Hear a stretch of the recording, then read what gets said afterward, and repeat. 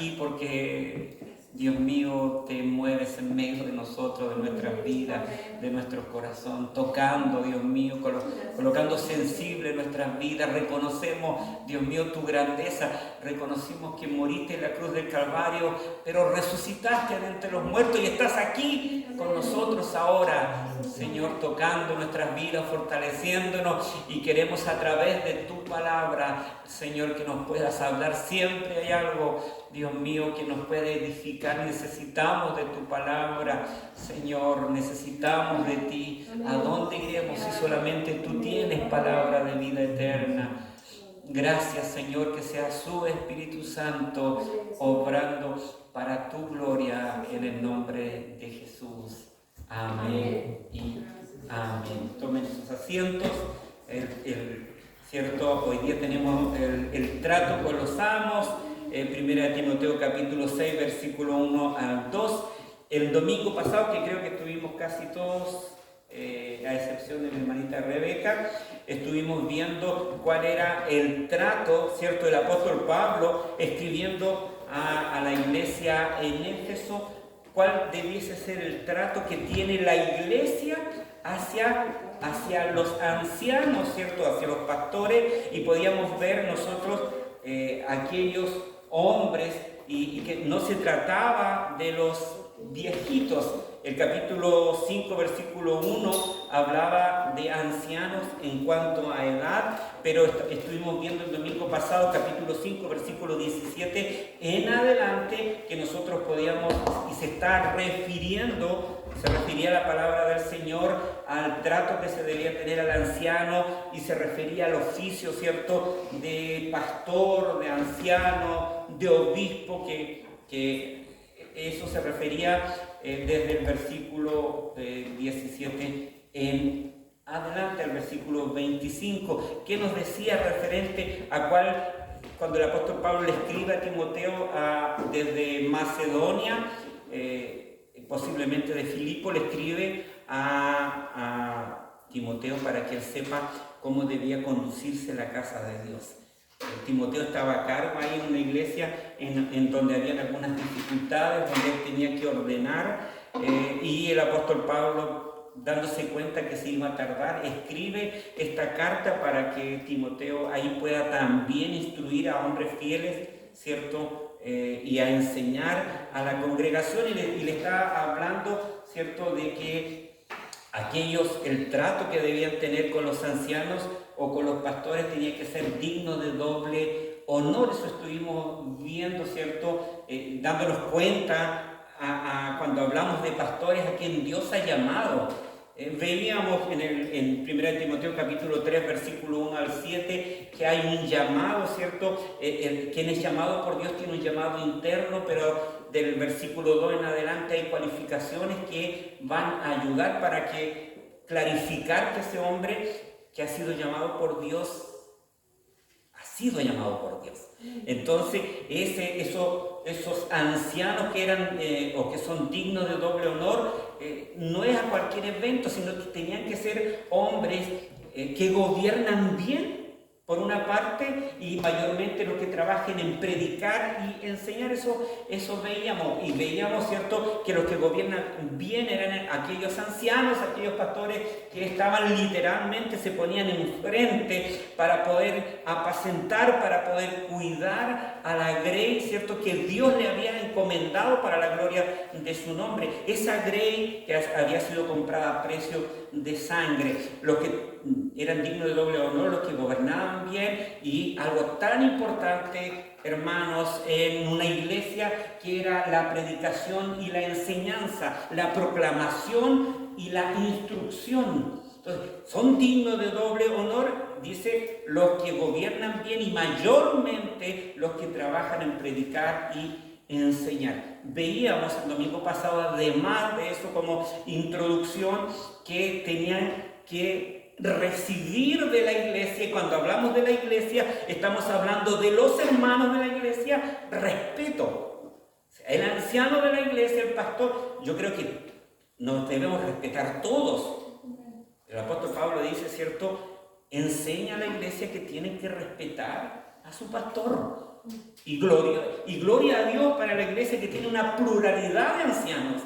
Respetar esa pluralidad de ancianos. Entonces, ¿cierto? Respetarlo, abundancia de respeto veíamos porque eran puestos por Dios en el oficio. Hechos 20, 28 deben ser respetados y deben ser reconocidos por la iglesia. Si bien es cierto, la gloria se la merece Dios y la gloria no la comparte con nadie. Pero tampoco vamos a dejar, ¿cierto?, en el anonimato absoluto a los ancianos de la iglesia. Hay que reconocerlos, ¿ya? Veíamos también que deben ser obedecidos.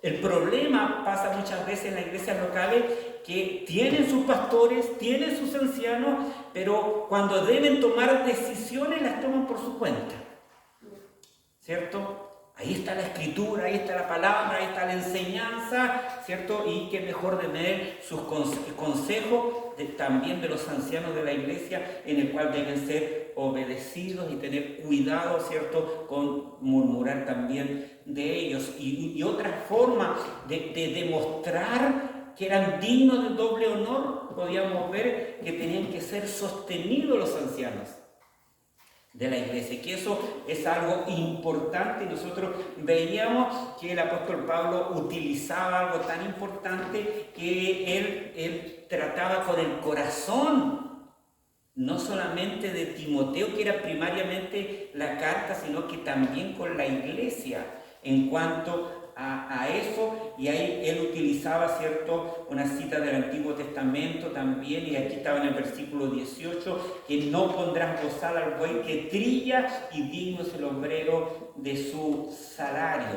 O sea, ahí se estaba refiriendo que los ancianos de la iglesia están trabajando en la iglesia, por lo tanto merecen, ¿cierto?, ser sostenidos. Dentro de lo que conversamos y lo veíamos digno de doble honor, tenían que tener la protección moral a los ancianos, no llegar y acusar a un anciano así nomás, sino que tiene que haber testigos. Ya eso nosotros lo veíamos en el versículo 19, porque pueden haber acusación falsa, ¿cierto? Por eso es importante, como dice la palabra, 2 o 3 testigos. El anciano no estaba exento de ser acusado, no tiene inmunidad diplomática como algunos políticos, o inmunidad, ¿cierto?, política tienen algunos, sino que los pastores no la tienen.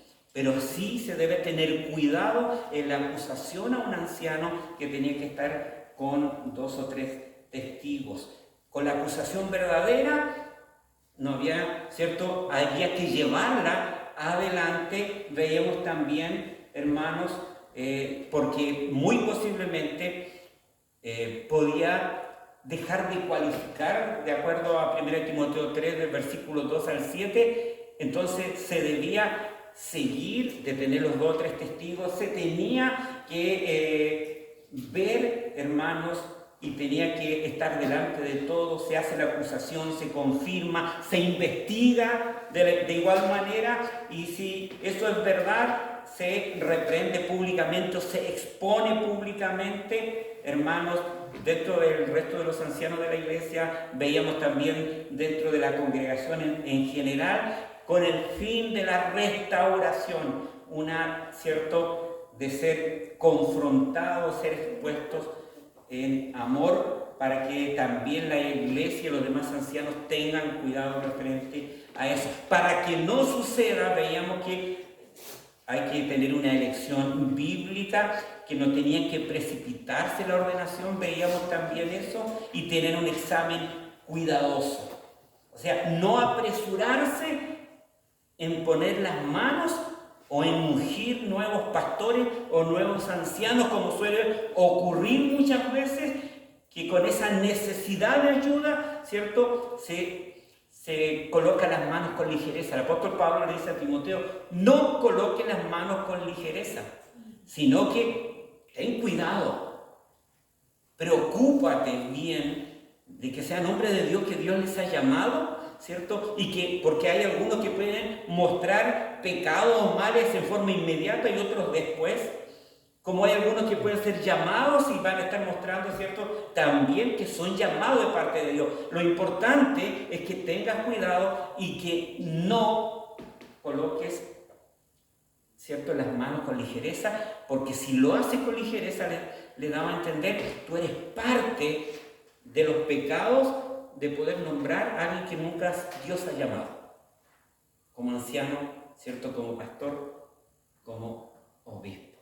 Y ahí entramos ahora a algo, es el capítulo 6, versículo 1 y 2, algunos dicen debiese haber quedado en el capítulo 5, como parte final, pero tenemos el trato que se debe tener, hermanos, con los amos, y ahí tenemos el capítulo 6, versículo 1 y 2, donde dice, todos los que están bajo el yugo de esclavitud tengan a sus amos por dignos de todo honor, para que no sea blasfemado el nombre de Dios y la doctrina.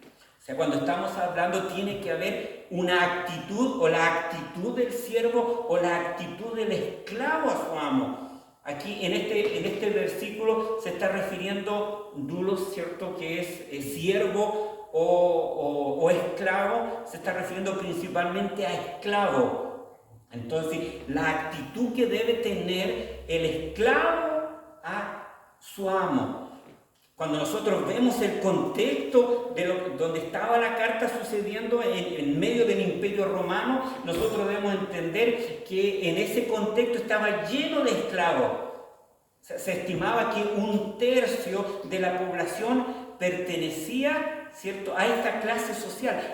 Era una clase social ser esclavo, ¿ya? Y 1/3 de los, ¿cierto?, de la población en Roma, del Imperio Romano, era parte de esa clase social. Habían llegado a ser esclavos por distintos motivos, como prisioneros de guerra, eran algunos como convictos, eran otros a causa de alguna deuda, también tenían que llegar a ser esclavos algunos, lastimosamente por rapto, por secuestro, que también está sucediendo hoy en distintas partes del mundo, pero también ahí salían los esclavos, hermanos, a través de secuestros, a través de raptos, ¿ya?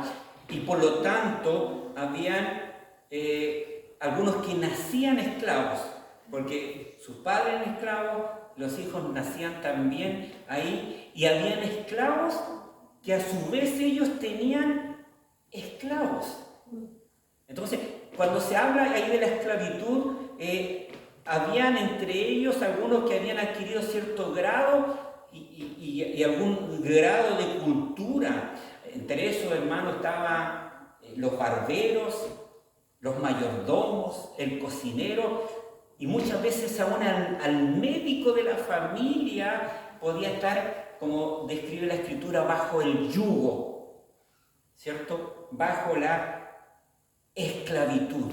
Entonces, la ley romana, de alguna manera, ellos no prohibía a los amos que traten mal a sus esclavos, podían ser condenados, podían ser forzados, encadenados, azotados, marcados. Los que quieren tratar de huir, algunos eran marcados en la frente, hermanos amados, si eran considerados fugitivos.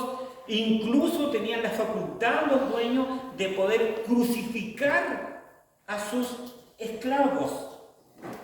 Ahora, una cosa importante que, como sucede también hoy, la opinión pública de alguna manera servía como un freno para el trato de los señores a sus esclavos.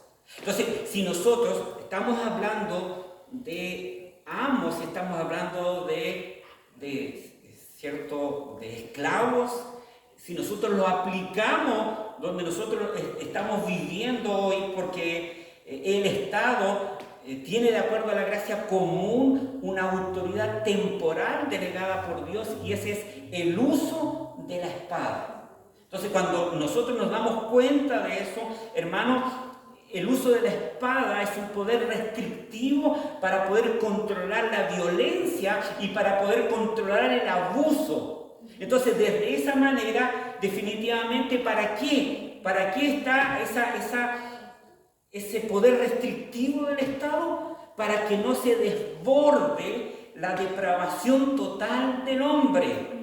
Por eso Dios ha permitido y le ha delegado autoridad, hermanos, al Estado para poder hacer uso de la espada y para poder restringir el mal, restringir la violencia, restringir el abuso. Y en términos laborales, encontramos que hay leyes del trabajo, está el Código del Trabajo, donde está rigiendo la vida del trabajador para que pueda haber un equilibrio entre empleador y trabajador, para que no hayan abusos, hermanos. En algunos países está más elaborada que en otros, y nos encontramos ahí, ¿cierto?, que se encuentran esas leyes para poder restringir y para poder que pueda haber una correcta relación entre empleador y trabajador. Pero cuando nosotros nos damos cuenta de eso, hermanos, la teología laboral y la ética cristiana que aparece en la Escritura supera cualquier otra ley de los hombres.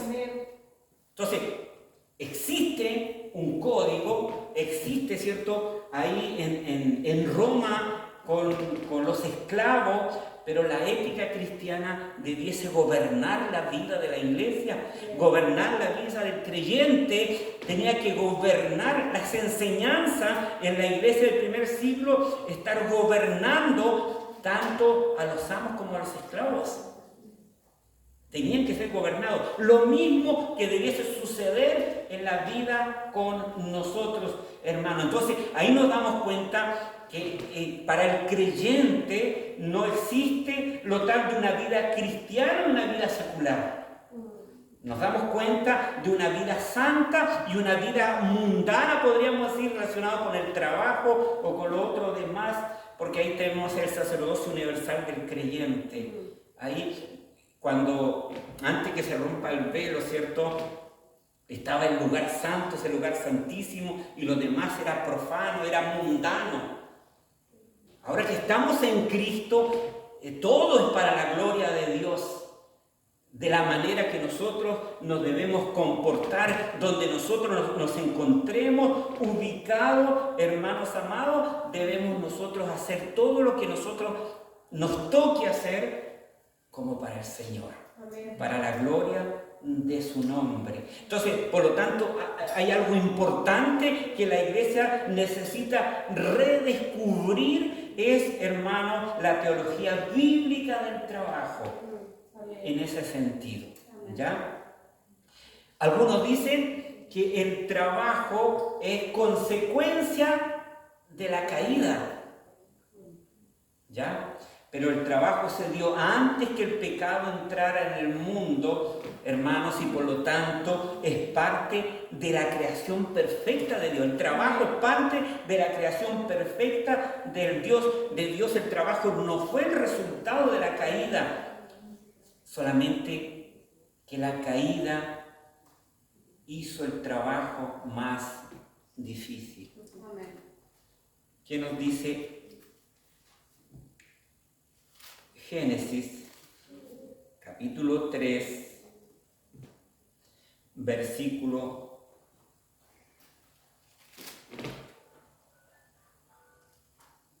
17 al 19, dice: y al hombre dijo: por cuanto obedeciste a la voz de tu mujer y comiste del árbol de que te mandé, diciendo: no comerás de él, maldita será la tierra por tu causa, con dolor comerás de ella todos los días de tu vida, espinos y cardos te producirá, y comerás planta del campo, con el sudor de tu rostro comerás el pan hasta que vuelvas a la tierra, porque de ella fuiste tomado, pues polvo eres, y al polvo volverás.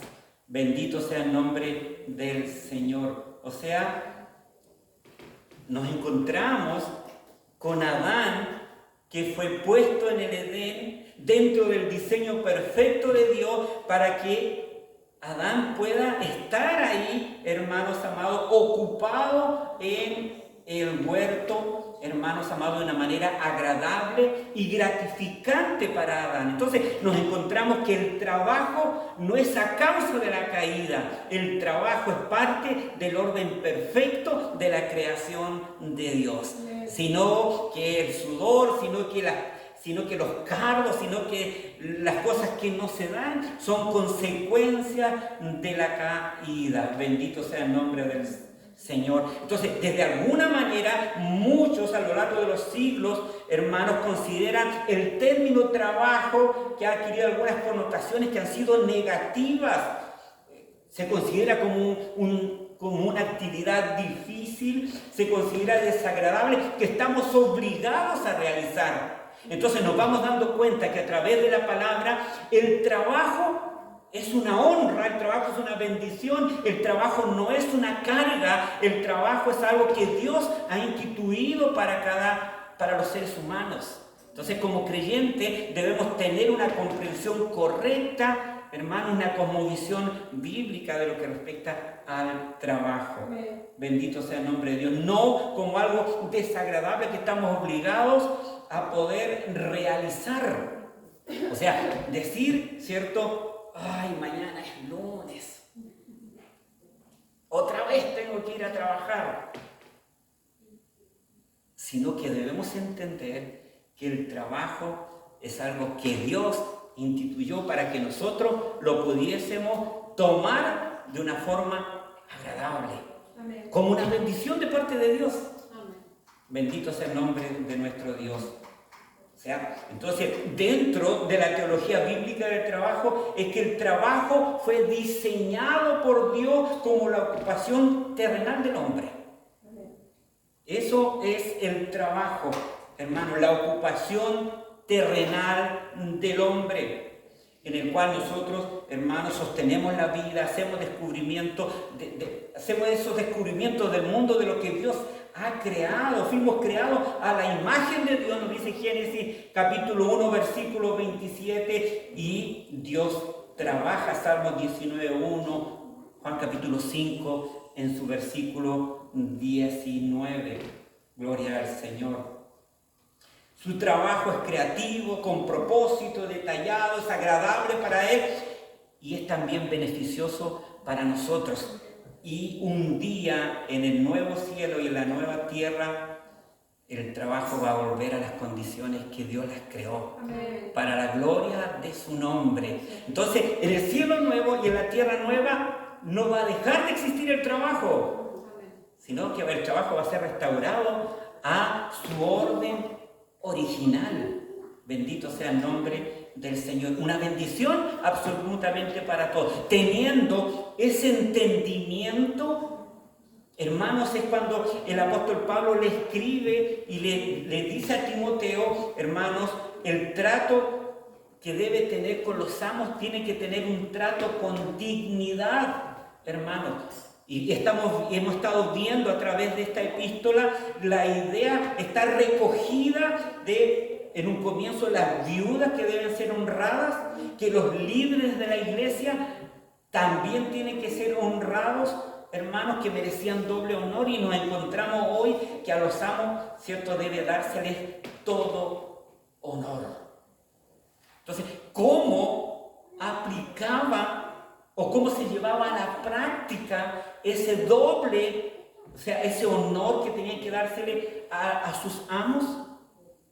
Nosotros entendemos, hermanos, que en este tiempo, cuando una empresa quiere finiquitar a un empleado, le genera una carta o simplemente lo despide, le paga, ¿cierto?, un mes de desahucio, su indemnización, feriado proporcional, todo lo que corresponde. ¿Qué pasa con el varón que ha quedado cesante? Posiblemente a lo mejor no se sienta bien, se va a su casa, tiene una conversación con su esposa y habla de que ha quedado cesante. ¿Qué hacer con el dinero de los finiquitos para una correcta administración? y ver dónde buscar otro trabajo. Pero es una conversación, ¿cierto?, con su esposa, está reunido con su familia, pero para ponernos en contexto, hermanos, para poner en contexto el trato de dignidad que debe tener el amo de parte del esclavo, existía la posibilidad real que no sea finiquitado como un trabajador de hoy, sino que es muy posible que haya sido vendido uno de los esclavos. Y al ser vendido podía la esposa quedarse con el amo antiguo, no ver a sus hijos. Muy posible que también pudiese vender a lo mejor a uno de los hijos, etc. Entonces, hermano, con ese entendimiento, el apóstol Pablo le está diciendo cómo tiene que aplicarlo. Y nosotros lo encontramos en la palabra, en Efesios, capítulo 6, versículo 5, dice: siervos, obedeced a vuestros amos terrenales con temor y temblor, con sencillez de vuestro corazón, como a Cristo. O sea, cuando aquellos esclavos estaban frente a su amo, no tenían que ver al amo en sí, sino que tenían que ver como que se estuviese Cristo ahí. Por eso es importante que todo lo que haga un creyente, porque le está dirigiendo a la iglesia en Éfeso, todo lo que haga un creyente tiene que siempre hacerlo para la gloria de Dios. O sea, en el ámbito laboral igual. En el ámbito laboral también tiene que hacerlo para la gloria del Señor. Entonces le está diciendo, ¿cierto? Obedeced a vuestros amos terrenales con temor y con temblor, con sencillez de vuestro corazón. O sea, no altaneros, no gritones, no buenos para responder. Le está diciendo, tienen que ser sencillos de vuestro corazón, como que si le estuviesen, ¿cierto? Como a Cristo. Qué interesante. El versículo 6 le está diciendo, cuando ustedes tengan que trabajar, la mejor manera de tratar con dignidad al amo, no sirviendo al ojo. Qué importante. Como los que quieren agradar a los hombres, sino como siervos de Cristo, de corazón, haciendo la voluntad de Dios.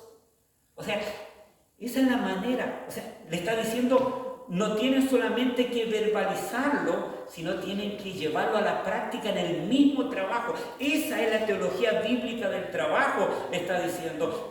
No tienen que trabajar al ojo. Aquí, ustedes como esclavos creyentes, como esclavos que son hermanos en la fe, no tienen que estar mirando al amo y estar trabajando al ojo como si están sirviendo al hombre. Tienen que hacerlo, el versículo 6 dice, como siervos de Cristo, de corazón, haciendo la voluntad de Dios. O sea, cuando el esclavo le sirve al amo, cuando el empleado le sirve al empleador, cuando el trabajador le sirve al empleador, está haciendo la voluntad de Dios.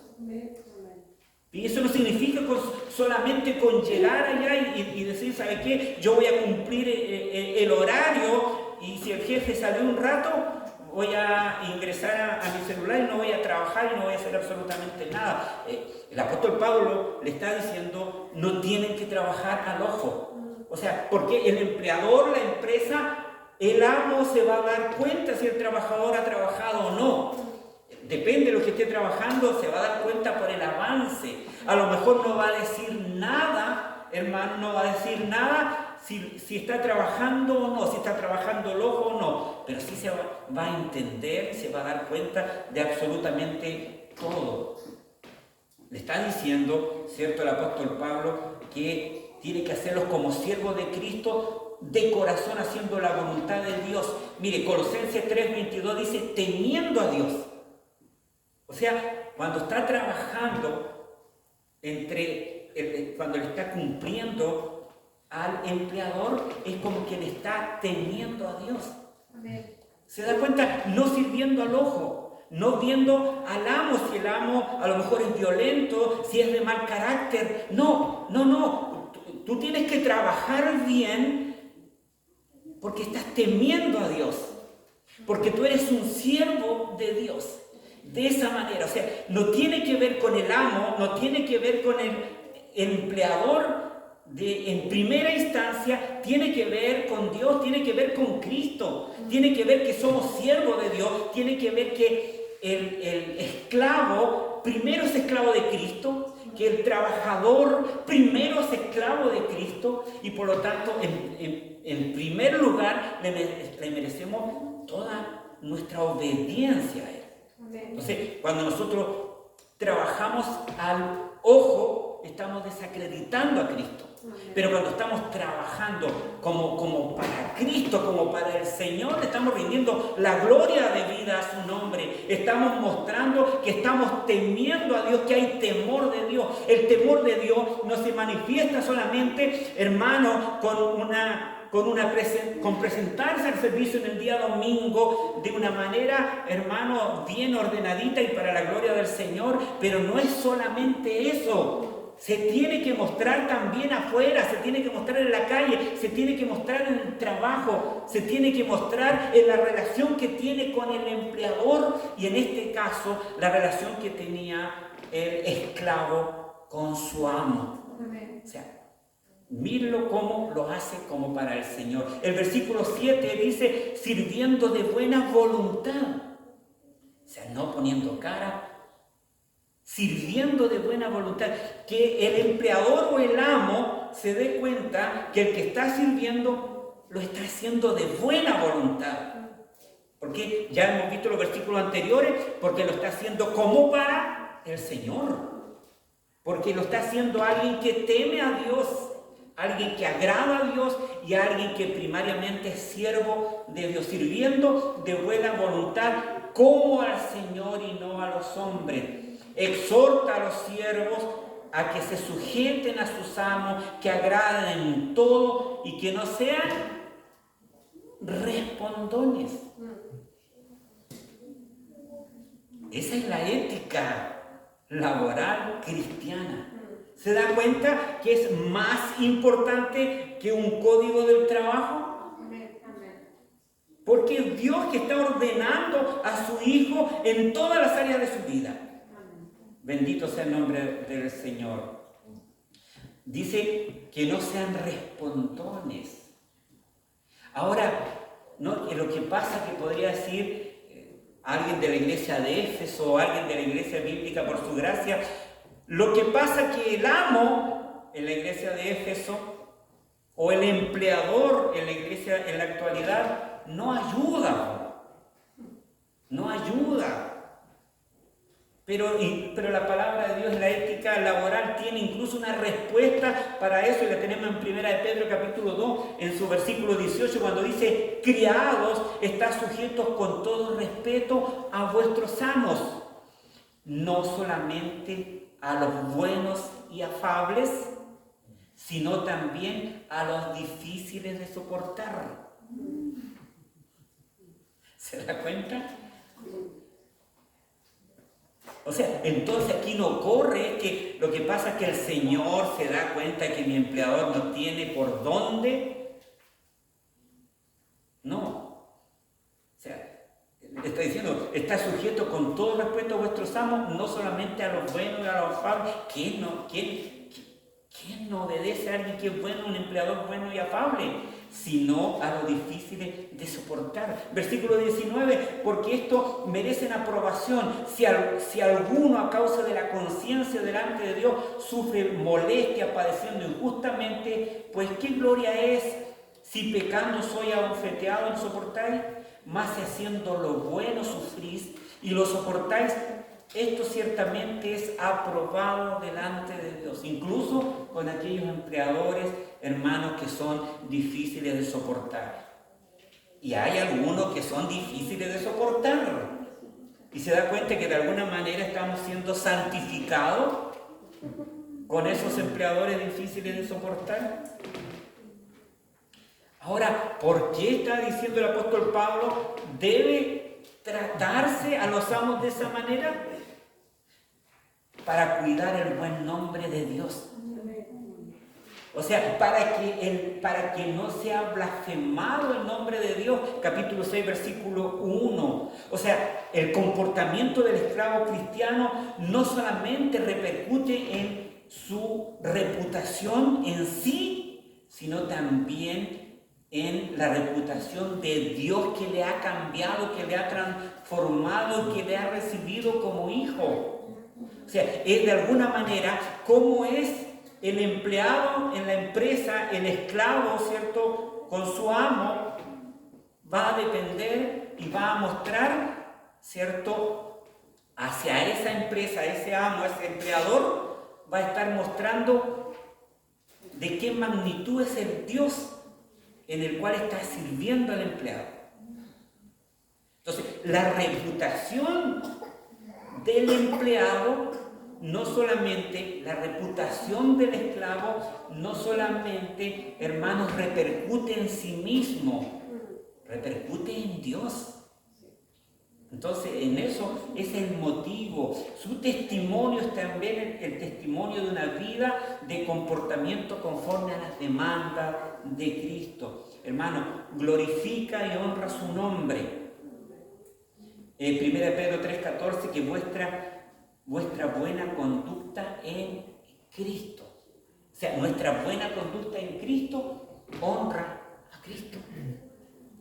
Bendito sea el nombre de Dios. Una vida deshonesta le vitupera.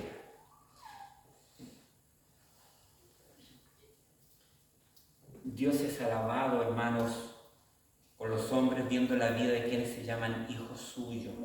Mateo 5:16 dice: así alumbre vuestra luz delante de los hombres, para que vean vuestras buenas obras y glorifiquen a vuestro Padre que está en los cielos. O sea, hermanos, que ojalá, si fuere por parte nuestra, o sea, que ahí estemos siempre cumpliendo, ahí esté siempre los amos trayendo honra, o sea, los esclavos a sus amos, siendo hermanos para la gloria del Señor. El propósito de la ética cristiana es que Dios sea glorificado por la conducta y por el testimonio de sus hijos, ¿ya? Superior a cualquier ley de un gobierno para la restricción, superior. ¿Por qué? Porque esa está ahí relacionada con un corazón que ha sido transformado, que ha sido cambiado, hermano, para la gloria de Dios. El creyente está puesto ¿para qué cosa? Para glorificar a Dios. No solamente en el culto, sino que también en su trabajo. Ese debe ser el objetivo principal que motive la acción del creyente, ya sea con el amo, con el empleador. 1 Corintios 10:31 dice: si pues coméis o bebéis o hacéis otra cosa, hacedlo todo para la gloria de Dios. Bendito sea el nombre del Señor.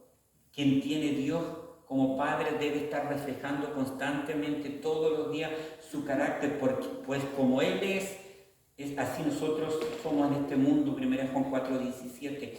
En segundo lugar, tiene que saber cómo comportarse con su amo para cuidar la doctrina. O sea, no solamente el nombre de Dios está en juego aquí, sino que también la doctrina, sino también la instrucción.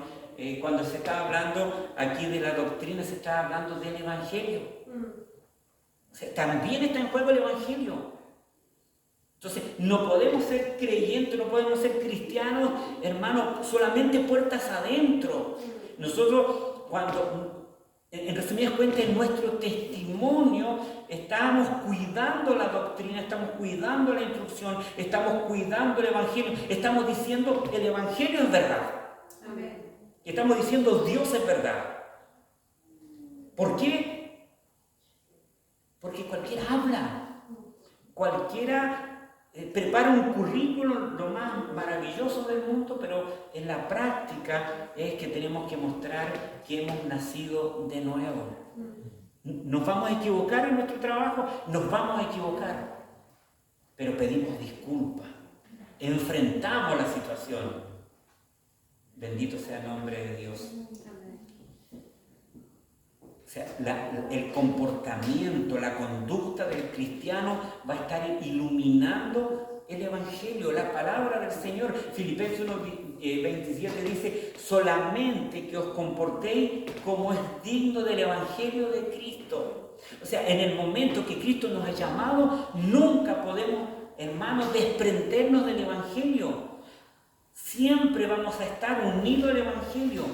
Nuestro comportamiento, donde sea, nuestro comportamiento tiene que ser digno del Evangelio. Porque de lo contrario, deshonramos el nombre de Dios y deshonramos el mismo Evangelio, la misma doctrina, la misma instrucción, la misma enseñanza, la misma palabra de Dios. Bendito sea el nombre de Dios. El comportamiento, ese comportamiento ajustado al Evangelio, no puede ser otro que el de la santificación. O sea, sino en el trabajo somos santificados, en la manera como nosotros, ¿cierto?, respondemos y trabajamos y vivimos para la gloria de Dios. Ahora, el apóstol Pablo hace una pequeña diferencia o profundiza o detalla algo que en teoría no debiese hacerlo, porque el amo es amo, el empleador es empleador, pero ¿cuál debe ser el trato al amo que es creyente? Y estamos en una naturaleza caída, hermanos, y ahí puede, el capítulo 6, versículo 2 dice: y los que tienen amos creyentes no les tengan en menos por ser hermanos, sino sírvanles mejor por cuanto son creyentes y amados los que se benefician de su buen servicio. Esto enseña y exhorta. Aquí, ¿cierto?, el apóstol Pablo se está dirigiendo, hermanos, ahora a los esclavos que tienen amos creyentes. O sea, porque nos encontramos dentro de la enseñanza que tanto aquí el amo como el esclavo han sido llamados por el Señor. Dios los llamó, los perdonó, incluso existe la posibilidad que asistan a la misma iglesia.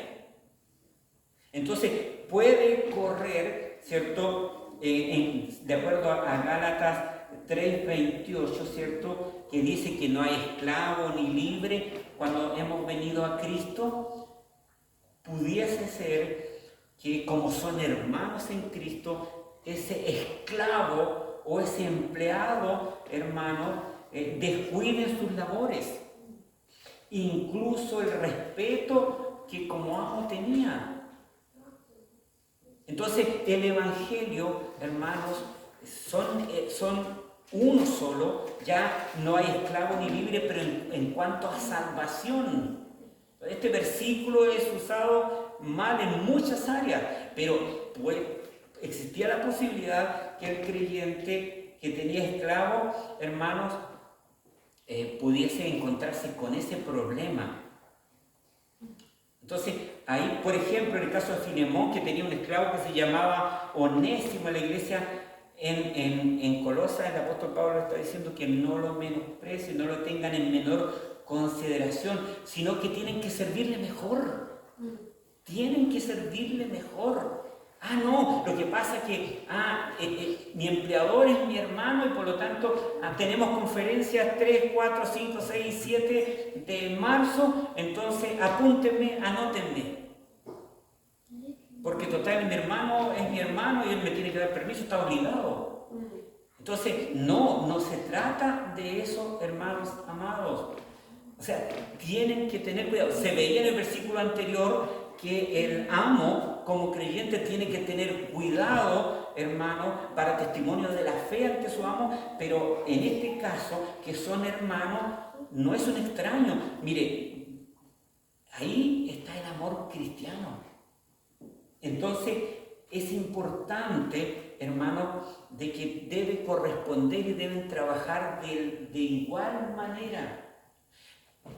En ese tiempo, entre esclavo y amo, existía la posibilidad real de que el esclavo pudiese tener un cargo dentro de la iglesia y el amo se tenía, ¿cierto?, que someter espiritualmente dentro del contexto de la fe, dentro del contexto de la iglesia, se tenía que someter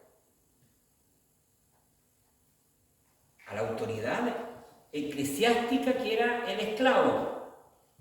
Pero cuando salían y estaban en su casa, todo tenía que ser normal. El amo era amo y el esclavo era esclavo, y por lo tanto el apóstol Pablo dice, tienen que servirle mejor. Mire, el capítulo 6, versículo 2 dice, y los que tienen amos creyentes, no los tengan en menos por ser hermanos, sino sírvanles mejor, por cuanto, mire, son creyentes, son amados, ¿cierto? Son hermanos. O sea, ahí no le está diciendo, el evangelio no está desarmando las estructuras de la sociedad, está cambiando el corazón del hombre, está transformando la vida del hombre. Entonces, hermanos amados, le está diciendo que no solamente el esclavo que es creyente, no solamente tiene que servir a su amo por disposición legal o por condición social en caso del esclavo, sino que tiene que hacerlo por amor. Servirle mejor. Es nuestro hermano. Y hacerlo de esa manera, hermano, no buscando lo suyo propio, ¿cierto? Porque dice que se benefician de su buen servicio. O sea, un creyente en todas las áreas no va a buscar lo suyo propio con los hermanos, sino que va a buscar la bendición y el beneficio del otro. Y por lo tanto, el amo debe estar tranquilo, el amo debe estar descansando. Hermano, el amo tiene que ser él es mi hermano, pero como en buen chileno podríamos decir, sabe ubicarse.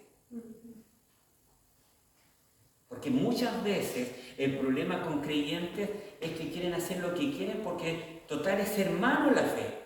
Y el hermano incluso se pasan el código del trabajo. Ah, no, que hoy día no voy a ir a trabajar, mañana tampoco, pasado tampoco, me tiene que recibir porque es mi hermano. O sea, si la palabra está diciendo que tienen que obedecer a los amos, estaba hablando de los no creyentes, ¿cuánto más con los creyentes? El empleado y el amo que sirve a alguien que es creyente tiene que hacerlo mejor, porque son hermanos, porque son hermanos en la fe, porque tiene que demostrarse el amor del creyente, tiene que demostrarse el respeto, tiene que demostrarse, hermanos, y ahí el apóstol Pablo le dice, esto instruye, esto exhorta y enseña. Preocúpate, le está diciendo, y la base que tenía Timoteo, en la cual el apóstol Pablo está diciendo, es cierto, es la palabra. O sea, era el Antiguo Testamento y también algunas cartas que estaban circulando, pero nosotros tenemos la palabra del Señor. Entonces, sabemos que como ya también tiene la palabra, ¿cierto?, una dirección para los amos y para los empleadores, pero en este caso, en el día de hoy, tiene que ver con los empleados, tiene que ver con los esclavos, ¿cierto?, en tiempos de Pablo, en el contexto, y tiene que ver con los empleados en este tiempo. La ética bíblica o la ética cristiana estaba ahí y está hoy. Y démonos por sentado, hermanos, que como creyentes, mire, y con esto estoy terminando, hay muchas cosas que pudiesen ser legal, pero no son moral. ¿Se da cuenta? Entonces, un creyente no tiene que estar, no, que lo que pasa es que el artículo 161 me favorece en este sentido porque mi empleador se equivocó y no hizo esto otro, entonces él solo. Entonces, yo puedo con eso demandármelo. Claro, la inspección del trabajo le va a encontrar la razón, le va a aplicar una multa al empleador y le va a obligar a que le pague al trabajador. Pero moralmente el trabajador sabe que eso está correcto, ¿no? Hermanos, tenemos una ética bíblica, una ética cristiana que es sobre el código del trabajo. Si el empleador se equivocó en algo, pero nosotros sabemos que fue una equivocación de acuerdo a cómo hacer el papeleo y por lo tanto se me abrió la posibilidad de ahí aprovecharme económicamente de acuerdo al código del trabajo, tenemos primero la palabra de Dios.